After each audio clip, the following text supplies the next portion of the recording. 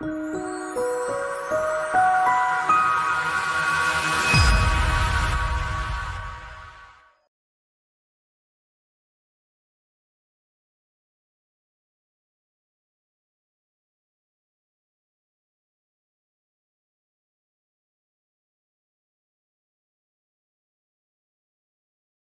लोग के बेसिक सारे हो गए, मालूम है?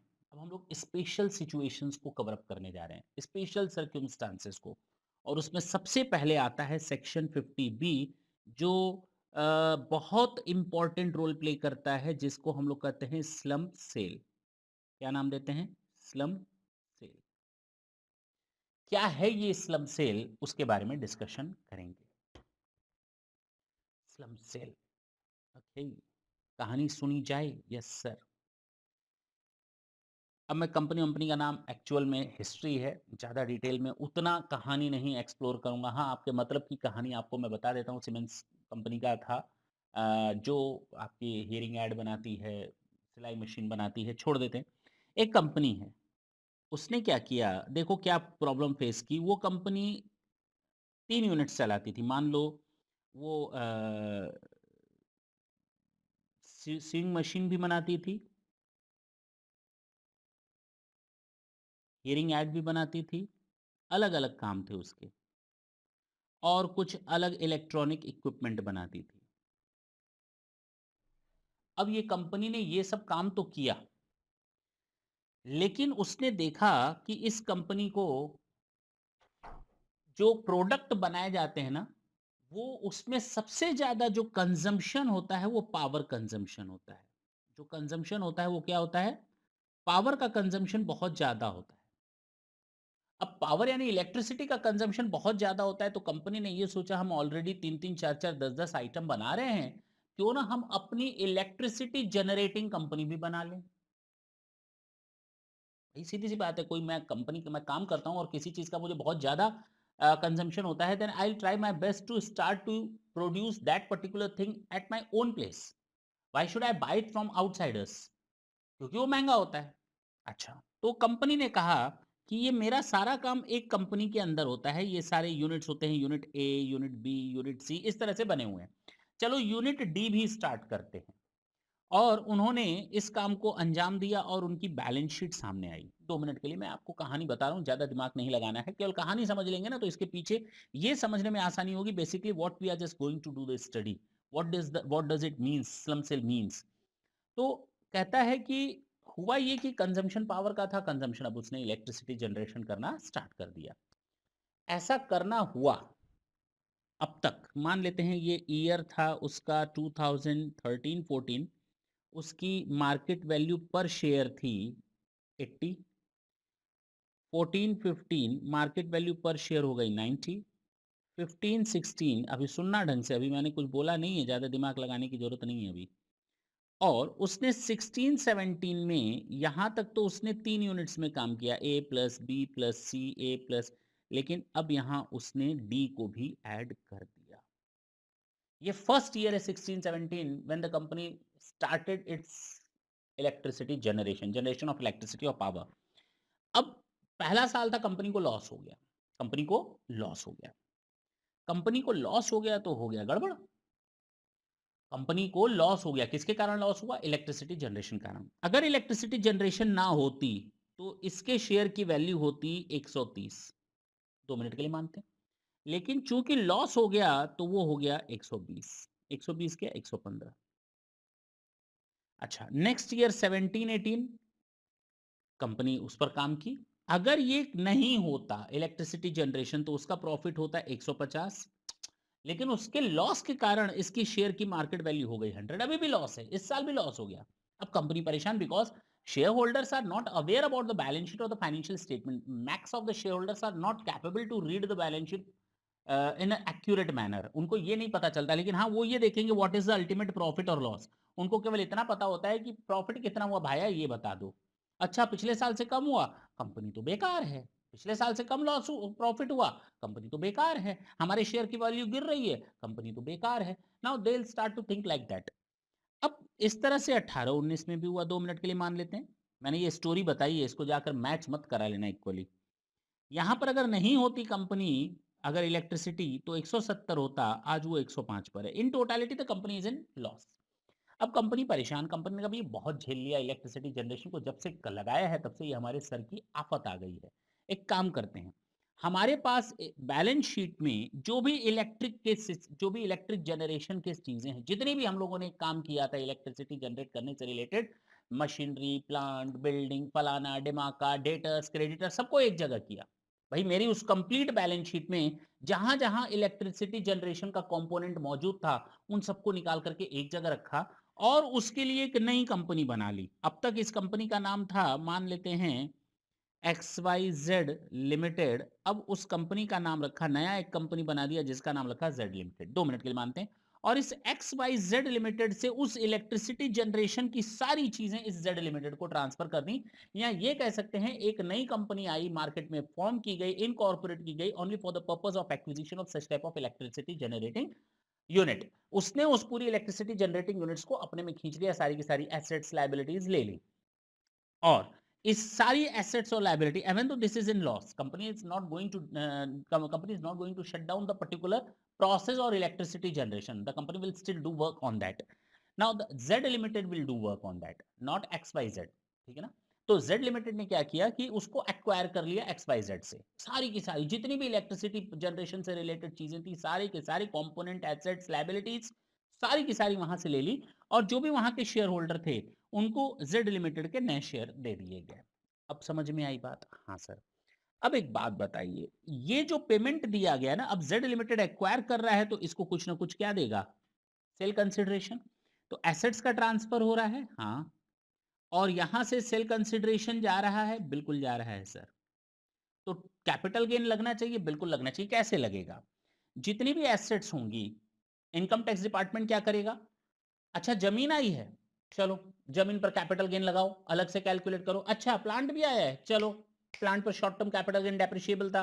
अच्छा वहां से फर्नीचर भी आया है, चलो डेप्रिशिएबल था, चलो उस पर शॉर्ट टर्म कैपिटल गेन लगाओ। इंडिविजुअल एसेट्स एंड लायबिलिटीज पर टैक्स स्टार्ट हो जाएगा लगाया जाना, इंडिविजुअल एसेट्स एंड लायबिलिटीज पर।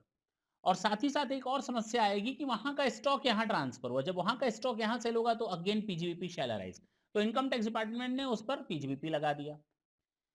एक बात बताओ, कितना बड़ा एक अन्याय हुआ कंपनी के साथ। एक तो कंपनी बर्बाद हो गई, बर्बाद इन द सेंस मजबूर थी, और उस मजबूरी का फायदा डिपार्टमेंट उठा रहा है, क्योंकि market value assets and liabilities की बढ़ती है। नॉर्मली अगर देखा जाए एसेट्स की बढ़ेगी, लैंड वगैरह की, तो वहां पर कंपनी को बहुत प्रॉब्लम हुई। तो उस केस में कंपनी गई, अपनी बात रखी गवर्नमेंट के सामने, गवर्नमेंट ने उस चीज़ को एक्सेप्ट किया कि हाँ ये प्रॉब्लम आ सकती है और ये चीज़ें हैं, आपका केस जेन्युइन है। तो गवर्नमेंट ने कहा ठीक है, हम एक प्रोविजन बनाते हैं जिसका नाम है slump sale. Slump sale sir, क्या फ़र्क है इन बाकी और इसमें? स्लम सेल का मतलब है अगर कोई यूनिट जो प्रॉफिट मेकिंग नहीं रही, अगर हम उसको कंप्लीट यूनिट को, if I am just going to transfer complete unit, I am not going to transfer my entire business, मैं अपने पूरे बिजनेस को ट्रांसफर नहीं कर रहा, मैं अपने बिजनेस के एक यूनिट को, जैसे इलेक्ट्रिक जनरेशन पावर यूनिट है, उस पूरे यूनिट्स को, उससे रिलेटेड एसेट लायबिलिटीज में पूरी की पूरी किसी को ट्रांसफर करता हूं। This is to be known as slump sale. लेकिन स्लम सेल की कैटेगरी में तब आएगा जब आप सामने वाले से लम सम कंसिडरेशन में पैसा लेते हैं। जब आप सामने वाले से लम सम कंसिडरेशन में पैसा लेते हैं, इट मींस जब Z लिमिटेड इसको पैसा दे रहा था तो उसने ये नहीं कहा कि देखो मैं तुम्हारी जमीन का इतना दे रहा हूं, लैंड का इतना अमाउंट का पे करूंगा, इस मशीनरी का इतना पे ऑफ करूंगा, इस फर्नीचर का मैं इतना पे ऑफ करूंगा, इस क्रेडिटर का मैं इतना पे ऑफ करूंगा। Not at all. Means the individual value of assets and liabilities are not to be assigned।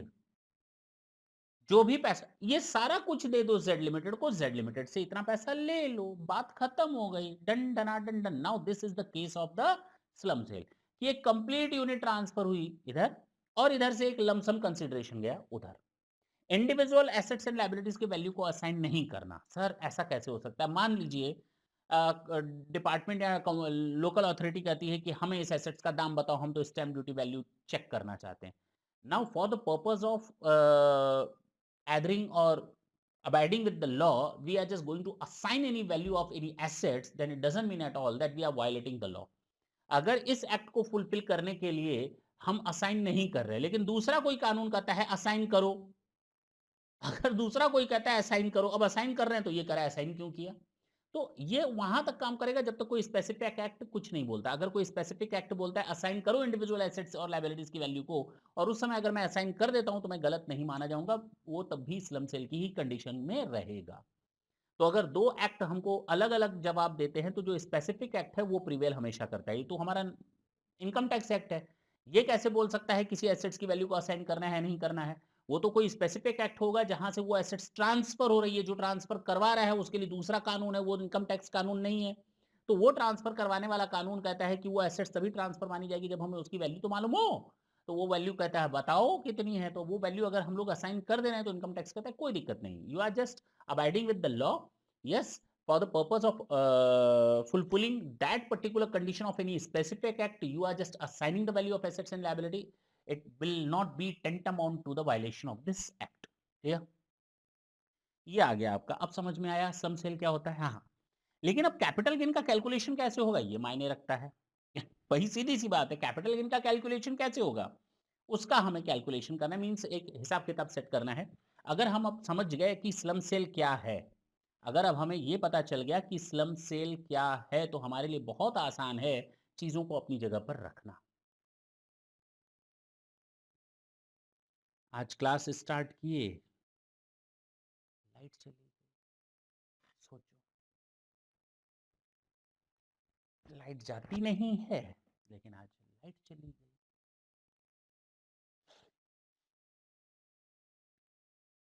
कहाँ गई लाइट? कितनी दूर गई लाइट? कहाँ तक पहुंची होगी लाइट? आएगी भी कि नहीं आएगी, कई सारे क्वेश्चंस हैं, है कि नहीं? तो फिलहाल चला जाए, देखा जाए। ये इसका ट्रीटमेंट बहुत ही मज़ेदार है, बहुत ही मज़ेदार है, याद रखना, टेंशन लेने का न को। इसको मैं उड़ा देता हूँ जो मैंने ऊपर बनाया है।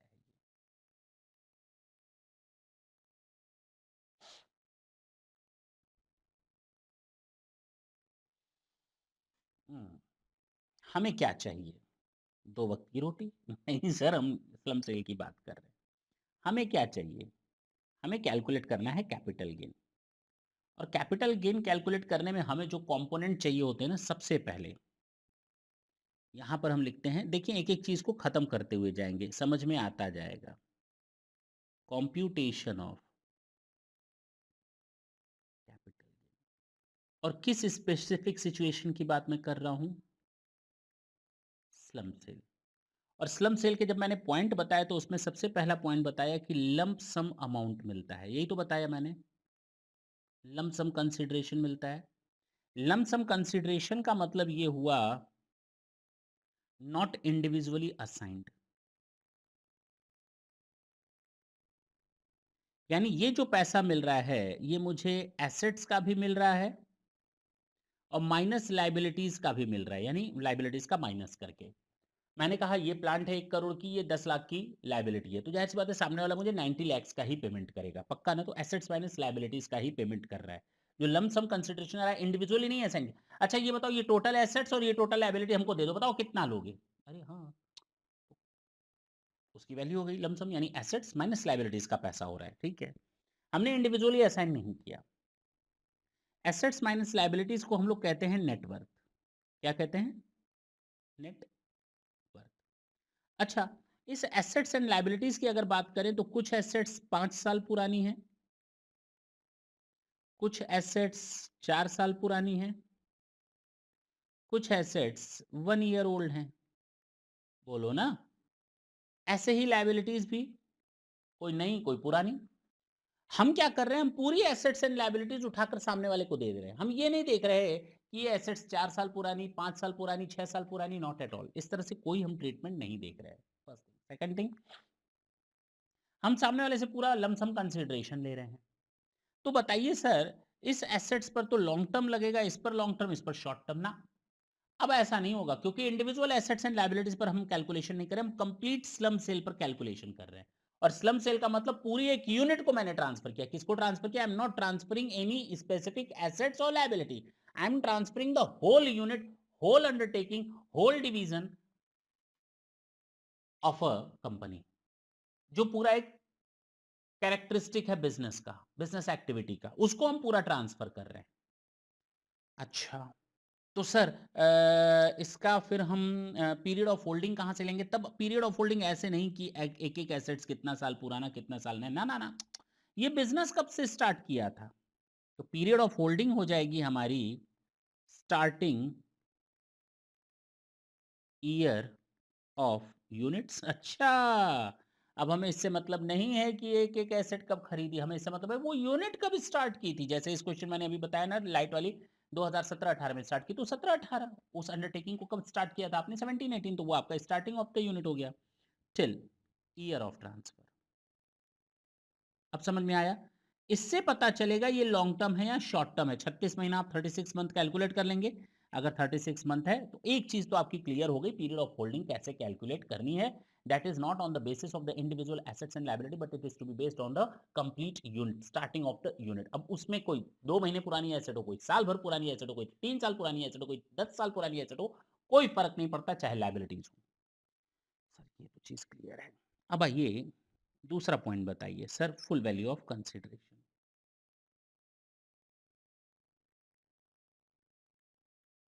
अगर हम फुल वैल्यू ऑफ कंसिडरेशन की बात करें तो लमसम जितना भी सामने वाले ने दिया। अरे हाँ सर, बस यही है। हाँ हो गया lump sum consideration less. Sir indexed cost of acquisition, नहीं सर। कॉस्ट ऑफ एक्विजिशन, नहीं सर। इसमें ना कोई एसेट कम की है कि 5 साल है, कोई एसेट 10 साल है, कोई एसेट 6 साल है, 7 साल है, 9 साल है, 1 साल है, 2 महीना है, 10 दिन है, 5 दिन है, एक दिन पहले भी एसेट्स हो सकती है। तो कॉस्ट ऑफ एक्विजिशन क्या लेंगे पहले तो ये बताइए, और उसका इंडेक्सेशन होगा या नहीं। तो हम यहाँ आपको लिख देते हैं नो इंडेक्सेशन। आपकी आधी प्रॉब्लम तो यहीं खत्म हो गई कि कोई इंडेक्सेशन नहीं मिलना। क्या नहीं मिलना? कोई इंडेक्सेशन आपको नहीं मिलेगा, बिल्कुल नहीं मिलने वाला। कोई भी इंडेक्सेशन का बेनिफिट आपको नहीं मिलने वाला। डन। सर ये क्लियर है, सेक्शन 50 बी में हमें कोई इंडेक्सेशन का बेनिफिट नहीं मिलता, कब भी नहीं मिलता आपको इंडेक्सेशन। क्यों? क्योंकि कोई एसेट 5 साल पुरानी है, कोई एसेट 10 दिन पुरानी है। हम ना इंडेक्सेशन देंगे ना लेंगे, बात खत्म, डन डना डन डन। 10 दिन पहले वाली एसेट्स पर भी नहीं देंगे, 5 साल पहले वाले पर भी नहीं देंगे, कोई इंडेक्सेशन नहीं। अच्छा सर, कॉस्ट ऑफ एक्विजिशन क्या लेंगे? मैंने कहा ना, अब आप क्या ट्रांसफर करें? You are not transferring individually assets and liability, you are transferring net worth. Okay, अब आप एसेट्स और लायबिलिटीज दोनों एक साथ ट्रांसफर कर रहे हैं, तो आप नेटवर्थ का कॉस्ट लेंगे। किसका कॉस्ट लेंगे? क्योंकि आपकी जेब से क्या जा रहा है? नेटवर्थ। तो आप यहां पर लिखेंगे नेटवर्थ। नेटवर्थ मतलब एसेट्स माइनस लायबिलिटीज, ठीक है ना? ओके, तो जो डेप्रिशिएबल एसेट्स हैं उनकी डब्ल्यूडीवी, और जो डेप्रिशिएबल एसेट्स नहीं है उनकी बुक वैल्यू, बात खत्म। लेकिन आपको इसमें एक चीज याद रखनी है। अब कौन सी बात याद रखनी है? No revaluation. अगर आपने कभी रिवैल्यूएशन किया है तो उसके इम्पैक्ट को जीरो करना पड़ेगा।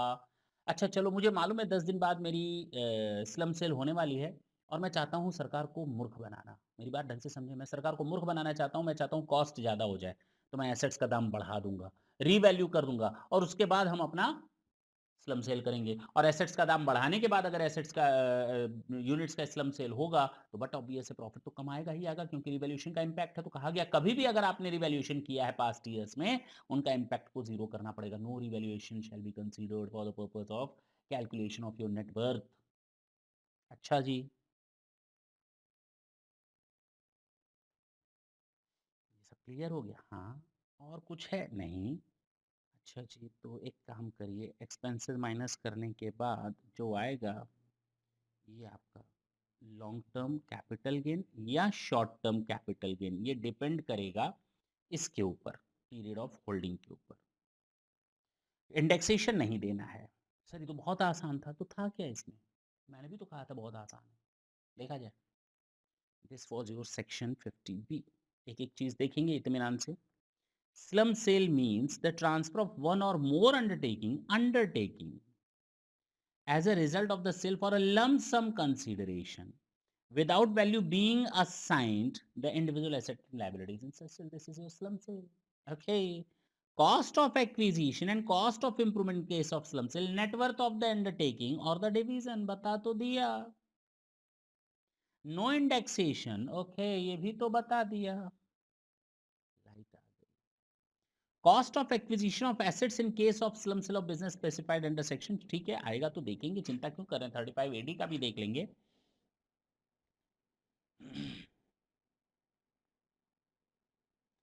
होता क्या है कि 35 एडी अगर आपको याद हो तो मैंने स्पेसिफाइड बिजनेस आपको बताया था, और उस स्पेसिफाइड बिजनेस में मैंने पूरी एक लिस्ट बताई थी 15-16 आइटम्स की, जिसमें आपका एग्रीकल्चरल एक्टिविटीज़ भी आ जाता है, होटल, हॉस्पिटल, हाउसिंग, ये सब चीज़ें आती हैं ना. हाँ सर. तो अगर आप उसमें जाते हैं तो स्पेसिफाइड बिजनेस में अगर आपने कोई कैपिटल एक्सपेंडिचर किया है तो उसका 100% डिडक्शन उसी साल मिल जाता था. 100, 150 ऐसे करके थे, तो तीन, फिलहाल अब 100 ही है नॉर्मली. तो उसका 100% डिडक्शन एक ही साल में मिल जाता था. तो अगर वो एसेट्स ट्रांसफर हो रही हैं तो उनकी कॉस्ट हम लोग निल लेंगे, क्योंकि सारा का सारा बेनिफिट तो हम ऑलरेडी अवेल कर चुके हैं. अब काहे का बेनिफिट रे. नेटवर्थ बता दिया. नेटवर्थ कैसे कैलकुलेट होगा, डेप्रिशिएबल एसेट्स पर डब्ल्यूडीवी, और अगर कोई दूसरे एसेट्स है नॉन डेप्रिशिएबल है तो बुक वैल्यू. अच्छा, रीवैल्यूएशन को इग्नोर करना है. Benefit of unabsorbed losses shall not be available in the two the transferee company, ये याद रखना कि short unabsorbed losses and unabsorbed depreciation. क्योंकि पुरानी कंपनी अभी जिंदा है, उसका ए यूनिट, बी यूनिट, सी यूनिट चल रहा है. देखो एग्जांपल मैंने दिया था, ए यूनिट, बी यूनिट, सी यूनिट चल रहा है. उसने अपने 4 यूनिट्स में से डी यूनिट्स को ही ट्रांसफर किया था इलेक्ट्रिक वाले को, और अगर उसने 4 में से किसी एक यूनिट को ही ट्रांसफर किया था तो 3 यूनिट्स तो चल रही ना, उसी को ही अनएब्सॉर्ब्ड डेप्रिसिएशन और लॉसेस को कैरी फॉरवर्ड करने दो. क्यों, ट्रांसफर ही नई कंपनी को उसका बेनिफिट नहीं मिलने वाला. ठीक.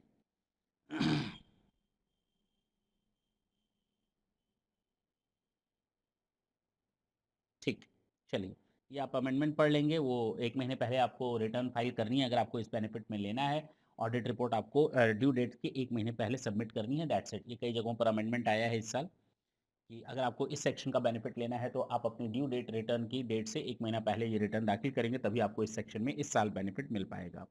चलिए बता दें. Every SSC in the slum cell is required to file audit report in this form, which is uploaded 1 month prior to the date of submission of ROI. Example, if the due date of return is 31st October, then you are needed to upload this return by 30th September. जी sir, ठीक है ना. तो आपको अपनी जो tax audit report है वो रिटर्न दाखिल करने की एक महीने पहले आपको दाखिल कर देनी है, अपलोड कर देनी है, तभी इस सेक्शन में बेनिफिट मिलेगा, अदरवाइज नहीं मिलेगा. एक्स लिमिटेड है सेवरल अंडरटेकिंग. अब हम लोग एक क्वेश्चन पर आते हैं, क्वेश्चन नंबर 49, और बहुत इंपॉर्टेंट है. इस पर हम लोग 2 क्वेश्चन या 3 क्वेश्चन देखेंगे. चलिए देखते हैं क्या है ये. बहुत हैं ये, 2-3 क्वेश्चन ही बहुत हैं आपके सारे कंसेप्ट को, एक क्वेश्चन भी बहुत है कंप्लीट करने के लिए, लेकिन हम लोगों ने अलग अलग क्वेश्चन लिए हैं. एक्स लिमिटेड है several undertaking carrying on the several businesses during the year 2021. Company sold one of its undertaking as what is continuously generating loss since last 5 years. 5 साल से नुकसान हो रहा था एक यूनिट में और उसको 300 लाख में बेच दिया. तो हमने सेल कंसिडरेशन कितना किया है, 300. ये लमसम है. कितना, अच्छा. Without assigning individually assets and liabilities की value, book value of sundry assets and liabilities as on the date of the sale. Land जो है वो है 100 लैक्स की मार्केट वैल्यू, लेकिन उसकी बुक वैल्यू है 50 लाख. तो हम अगर स्लम सेल कर रहे हैं तो हमें मार्केट वैल्यू से कोई लेना देना नहीं. हम जो एसेट ट्रांसफर कर रहे हैं उसकी बुक वैल्यू ये है. ओके, स्टैम्प ड्यूटी की वैल्यू से भी कोई लेना देना नहीं है. ठीक, बुक वैल्यू. उसके बाद कहता है मशीन 70 लाख की है और डब्ल्यू है 60 लाख, जबकि मार्केट वैल्यू 100. तो हमें इससे मतलब नहीं बुक वैल्यू से. अगर डेप्रिशिएबल एसेट है तो उसकी डब्ल्यू से हमको लेना देना है. नॉन डेप्रिशिएबल एसेट है तो बुक वैल्यू से लेना देना है. फर्नीचर, इससे कोई लेना देना नहीं, इससे लेना देना है, इससे कोई लेना देना नहीं. स्टॉक, स्टॉक की मार्केट वैल्यू से कोई लेना देना नहीं, 20 लाख. डेटर्स ये है, इससे कोई लेना देना नहीं, क्रेडिटर्स ये है. ब्रोकरेज कितना है, 5%. बस हमारा आ गया आंसर. बस इतना सा करना था सर, और क्या करना था. था तो बहुत लंबा चौड़ा टॉपिक, खत्म तो बड़ी जल्दी हो गया. देखिए कहानी अगर समझ में आ जाए, अगर मैं आपको थ्योरी पहले पढ़ाता, तो आपको शायद दिमाग में ब्लास्ट होता, ब्लास्ट, ब्लास्ट, ब्लास्ट। लेकिन अगर एक बार कहानी समझ में आ जाए, तो अब क्वेश्चन भी समझ में आ रहा है, थ्योरी तुरंत खत्म भी हो गई और न्यूमेरिकल का आंसर तुरंत आ भी जाना है। कहानी समझना ज़्यादा इंपॉर्टेंट है। मैं बार-बार इस चीज़ को फ़ोकस करता हूँ कि कहानी पहले समझो, कहानी समझ में आ गई तो टॉपिक अपने आप खत्म। हम लोग की आदत क्या होती है, हम लोग रट्टा मारना स्टार्ट कर देते हैं।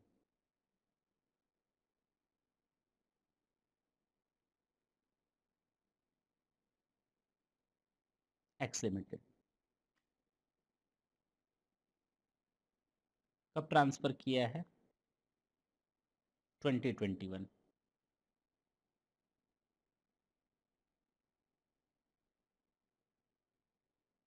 Period of holding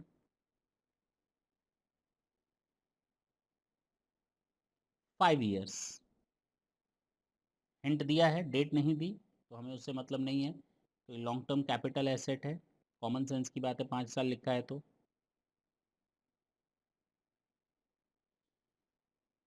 full value of consideration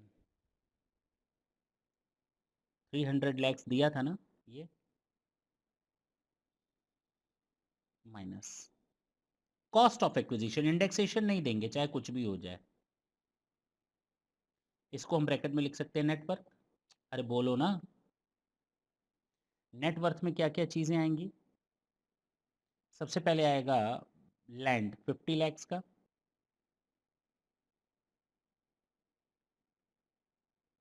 land के बाद आ जाएगा मशीनरी 60 लैक्स का,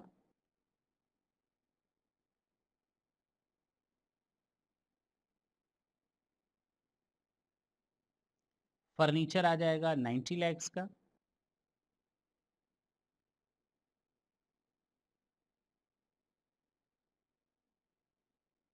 स्टॉक है 30 लैक्स का। ये आप अलग से वर्किंग नोट में बना सकते हैं, जो मैं यहाँ पर बना रहा हूँ सामने सामने। डेटर्स है 40 लैक्स का, क्रेडिटर्स माइनस हो जाएगा, लाइबिलिटी है तो 50 लैक्स का। ये हमारा नेटवर्थ आ गया। रिवैल्यूएशन तो इसमें कहीं दिया नहीं था कोई, ठीक है। 270 220 माइनस ट्रांसफर एक्सपेंसेस, ब्रोकरेज दिया है ना 5%,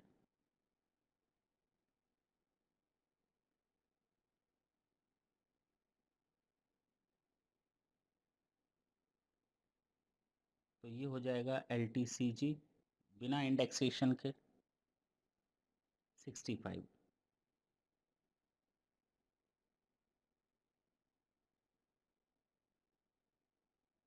क्या दिक्कत आई, कितना देर लगा? सामने हमने सारा चीज़ कैलकुलेट भी कर लिया। आप इसके लिए अलग वर्किंग नोट बना सकते हैं, इसके लिए नेटवर्थ के लिए, ठीक है ना। जल्दी से नोट करें तो हम लोग नेक्स्ट क्वेश्चन पर चलें। देखिए कितना बड़ा क्वेश्चन और कितने आसानी के साथ हो गया।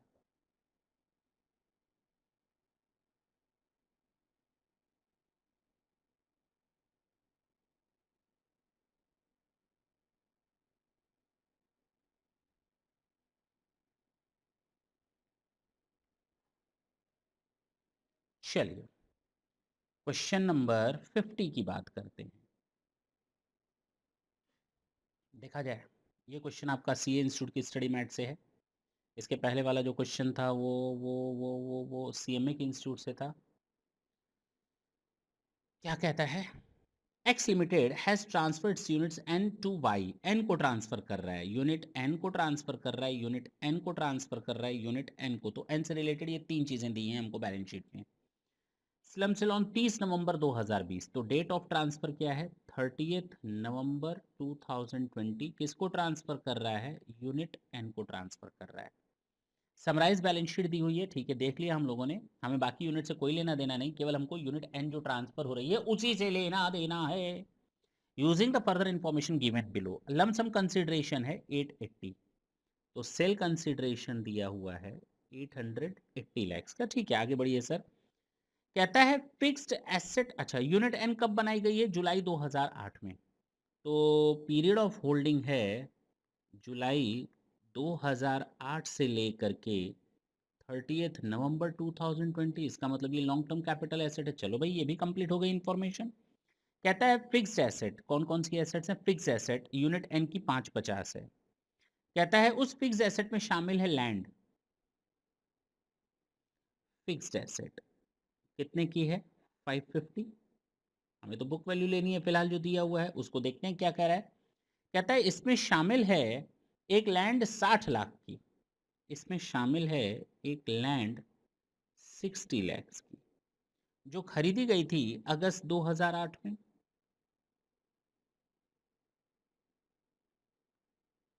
एंड रीवैल्यूड एट ₹90 31 मार्च 20 को।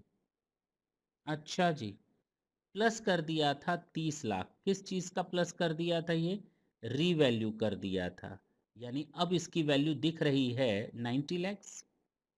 हमारे पास टोटल 550 का था, जिसपे शामिल है एसेट 60 लाख की एक जमीन, जिसको रीवैल्यू करके 90 कर दिया गया। तो बताओ 550 में कितने रुपए की एसेट शामिल होगी? सर पूरा 400, मतलब अब तो बैलेंस जो बचेगा ना, ये 90 लैक्स इसमें शामिल होगा। कितना शामिल होगा? 90 लैक्स रीवैल्यू करने के बाद। ये खरीदा इतने में था, लेकिन रीवैल्यू करने के बाद 90 लैक्स है। इसका मतलब हमारी टोटल 550 में 90 लैक्स इतना है। तो बैलेंस एसेट्स हमारे पास पहुंची 460। ठीक है। अदर फिक्स एसेट्स 460 नहीं भी लिखा होता तो हमें मालूम था। 550 माइनस लैंड पता चल गया, which represent WDV of the other books. The WDV of these assets under इतना 410। अगर हम इसको इनकम टैक्स के हिसाब से कैलकुलेट करें तो इसकी डब्ल्यूडीवी आनी चाहिए 410। अब बताओ, हमारे लिए, हमें तो हमारा रिजल्ट मिल गया। पहला ये कि जो बैलेंस एसेट्स है उनकी डब्ल्यूडीवी पर लेना है, इनकम टैक्स के हिसाब से डब्ल्यूडीवी पर लेना है। और जो नॉन डेप्रिशिएबल एसेट्स हैं उनमें हमें रिवैल्यूएशन को इग्नोर करना है, यानी 30 लाख को इग्नोर करना है। यानी हमारे लिए पता चल गया 550 ना लेकर, 550 ना लेकर, 60 प्लस 410 यानी 470 लेंगे फिक्स एसेट का। ठीक है, बस हो गया। हाँ सर, हो गया, बस खत्म। बस इतना सा मेहनत था।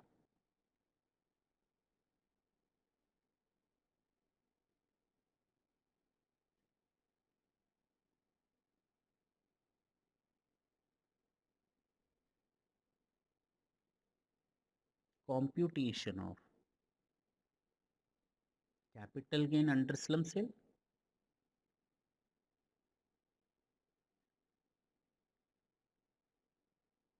प्रीवियस ईयर, असेसमेंट ईयर,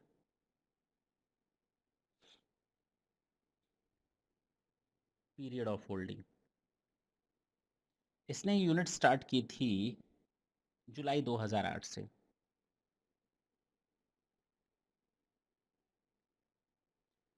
30 नवंबर 20 को ट्रांसफर कर रहा है क्या? तो एक दिन पहले।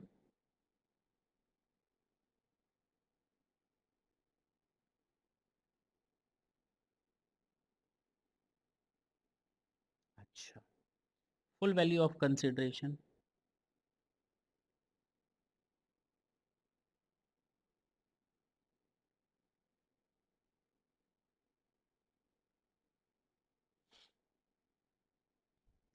$880। बोलो ना, लमसम कंसिडरेशन। हाँ सर।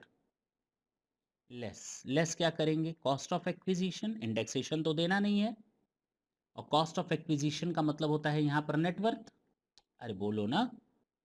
तो नेटवर्थ कितना ले लेंगे सर? Assets minus liability. अच्छा, हम यहीं पर कैलकुलेट कर लेते हैं। एसेट्स कितना है? Fix asset land. लैंड को हमें 60 लैक्स पर ही लेना है, बोलो।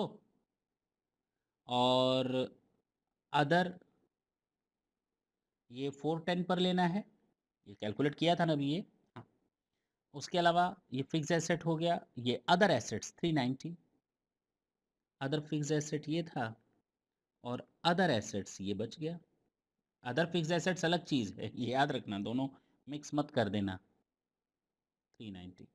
अच्छा, लाइबिलिटीज में भी कुछ है, हाँ, 90 लैक्स लेस क्रेडिटर्स या लाइबिलिटीज।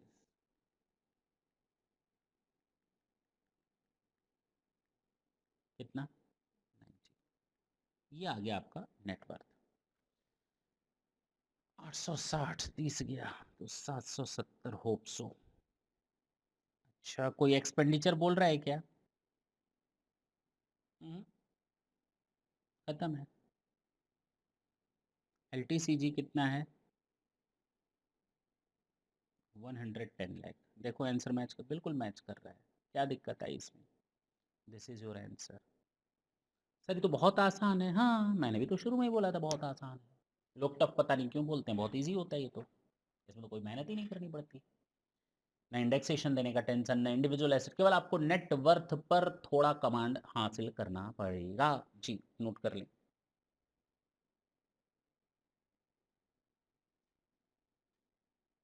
एक क्वेश्चन और, क्वेश्चन नंबर 51।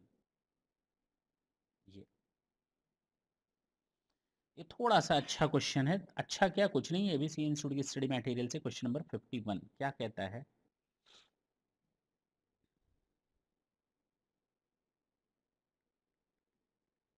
पहले क्वेश्चन को पढ़ते जाते हैं। Mister A, proprietor of Akash enterprise having 2 units, unit 1 unit 2 and total 1 अप्रैल 20 को उसने ट्रांसफर कर दिया। तो डेट ऑफ ट्रांसफर,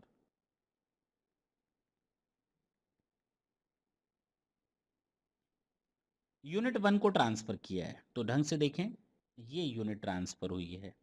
ठीक। अच्छा, स्लम सेल टोटल कंसिडरेशन है, सेल कंसिडरेशन है 25 लाख।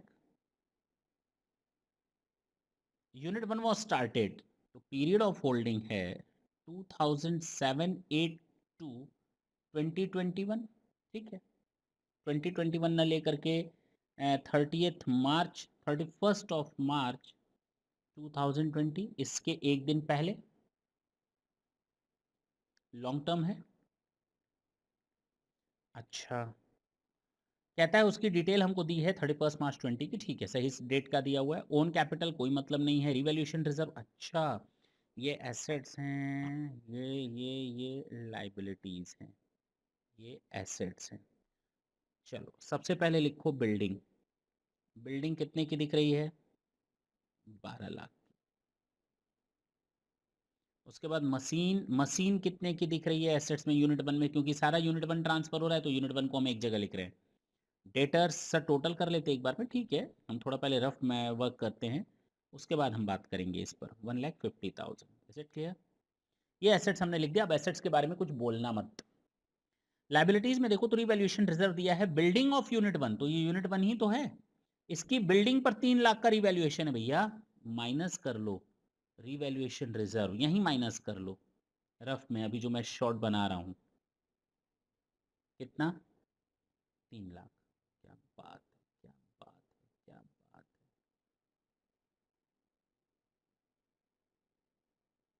अच्छा, कहता है बैंक लोन 70% यूनिट 1 का है, तो लोन माइनस कर दो 71।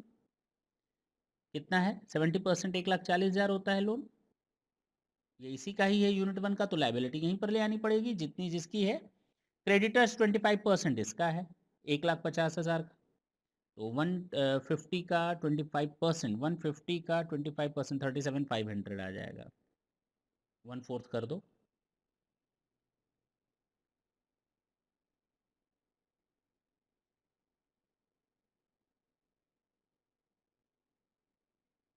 अच्छा जी, ये भी क्लियर हो गया। तो हमें अपना एसेट्स देखनी, ना लायबिलिटी साइड देखनी। मेरा ना ये हिसाब किताब बिल्कुल चंगा हो गया, इसको बिल्कुल काट दो। अब इसको देखना भी मत, ऊपर का कोई हिस्सा मत देखना, वो हम लोगों ने शॉर्ट नोट्स में डाल दिया है। रिवैल्यूएशन रिजर्व, बिल्डिंग, ठीक है हम एडजस्ट कर चुके हैं। नो इंडिविजुअल एसेट कंसीडर, ठीक है वो हमारा ठीक है, असाइन नहीं किया गया। Other assets include patent, okay, इसका एक हिसाब किताब आया, कुछ भी नहीं बचा। कहता है अदर एसेट्स यूनिट 1 में एक है पेटेंट जिसकी वैल्यू 50,000 है। अदर एसेट्स में ये जो है ना 1,50,000, इसको दो पार्ट में ले आओ। अदर एसेट्स है 1,50,000 का, इसको दो पार्ट में तोड़ो। पेटेंट है, इसमें शामिल है 50,000 का, और ये बैलेंस अदर एसेट्स हैं 1 लाख की। ठीक है, देखते हैं क्या है। इसके लिए कहता है 50,000 का 1 जुलाई 2018 को खरीदा गया था ये पेटेंट। कहता है उस पर अब तक कोई डेप्रिसिएशन चार्ज नहीं किया। हे भगवान, आप ना प्रीवियस ईयर 18-19 और प्रीवियस ईयर 1920 और अच्छा इसके बाद तो लगेगा ही नहीं, 30 अप्रैल 2020 को हमारा ट्रांसफर हो गया ये, 31 मार्च 2020 लास्ट डेट में। तो हमें 2 साल का इस पर डेप्रिसिएशन चार्ज करना चाहिए था, नहीं किया गया। तो हमें डब्ल्यूडीवी चाहिए होता है, डेप्रिशिएबल एसेट्स पर डब्ल्यूडीवी चाहिए होता है। तो हम लिखते हैं कॉस्ट कितना है माइनस डेप्रिसिएशन, आप चार्ज कर लीजिए 1819, 25% होता है इसमें क्योंकि हमारा इनटेंजिबल एसेट है। तो 12,500, 37,500, फिर 1 साल का और डेप्रिसिएशन माइनस होना चाहिए था, नहीं हुआ था। तो 37,500 का 25, 9375। तो हमारे पास जो बचा WDV as per income tax act,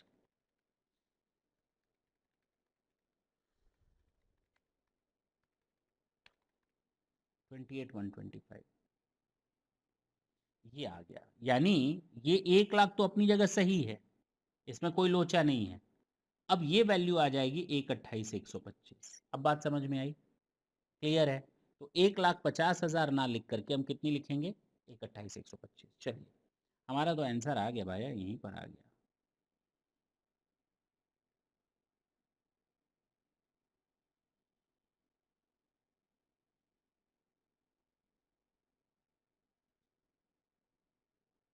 computation of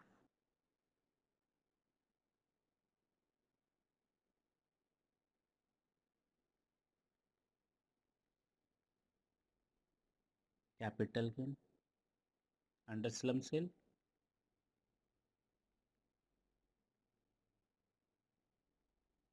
1 अप्रैल 2021 को था ना, 1 अप्रैल 20 को, 1 अप्रैल 20 का मतलब 2021, और असेसमेंट ईयर हो जाएगा 21-22। अच्छा, पीरियड ऑफ होल्डिंग, ये हमारा बिजनेस कब से चल रहा था, 7-8 से लेकर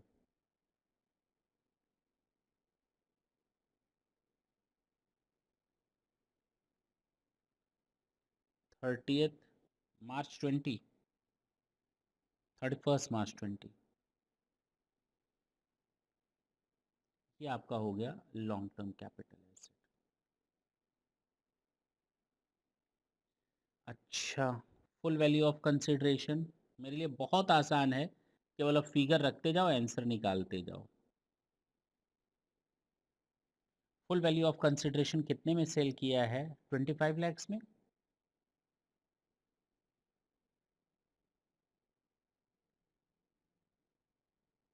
माइनस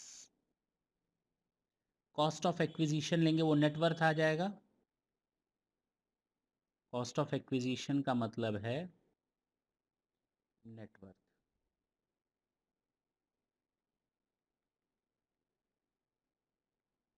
और नेटवर्थ में क्या क्या आ जाएगा सर, सबसे पहले आप ले लेंगे बिल्डिंग, 12 लाख में से 3 लाख माइनस कर देंगे,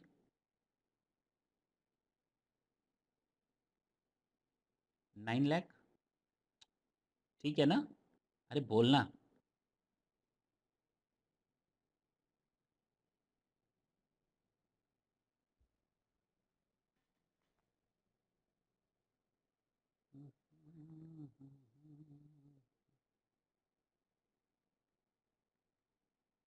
अच्छा, बिल्डिंग के बाद आ जाएगा 9 लाख हो गया, मशीन 3 लाख, कुछ नहीं दिक्कत है इसमें, एज सच कॉपी पेस्ट करो।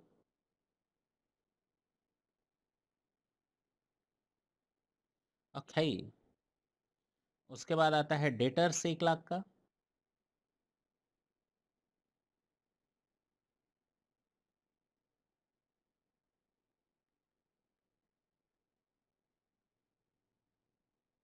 अदर एसेट्स जिसमें हम लोगों ने अभी पेटेंट का एडजस्टमेंट किया, 28,000 और 1 लाख कुछ था ना, 128,125 ये वाली फिगर।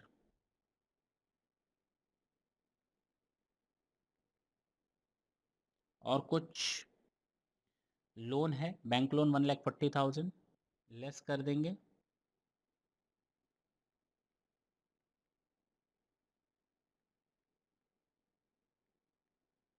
लेस कर देंगे, एक और कोई लाइबिलिटी थी, क्रेडिटर थी शायद 37,500, 25% वाला।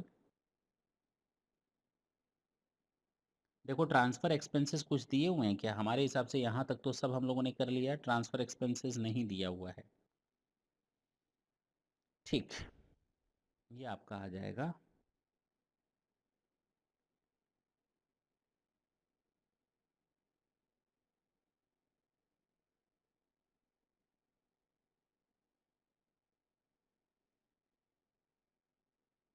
₹9,00,000 प्लस ₹3,00,000, ₹1,00,000,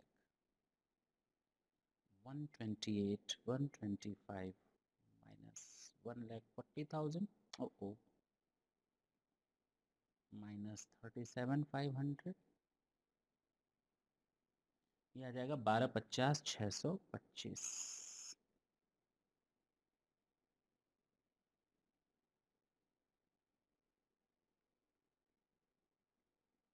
माइनस कर लो 25 लाख से, तो 12,49,375 शायद,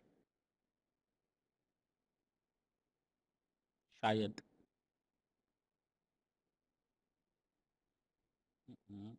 एक्सपेंसेस दिया है क्या ट्रांसफर पर? दिया तो है, कहीं हमने छोड़ दिया। Okay, transfer expenses 28,000, sorry.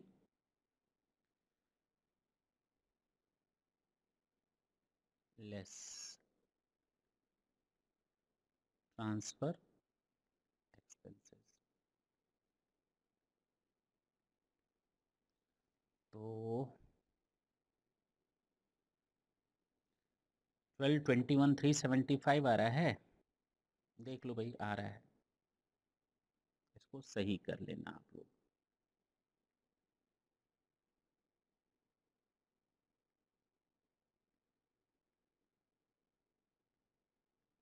This is your answer. हमारा छूट गया था ट्रांसफर एक्सपेंसेस, मैंने लिख दिया है फिर।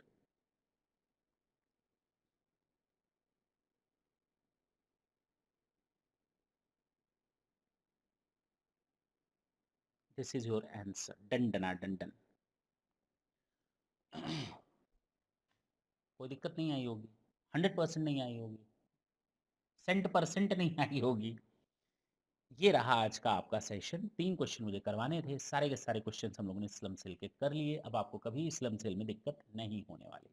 नेक्स्ट सेशन में आपसे फिर मिलेंगे, तब तक के लिए tata and bye bye, thank you. चलो।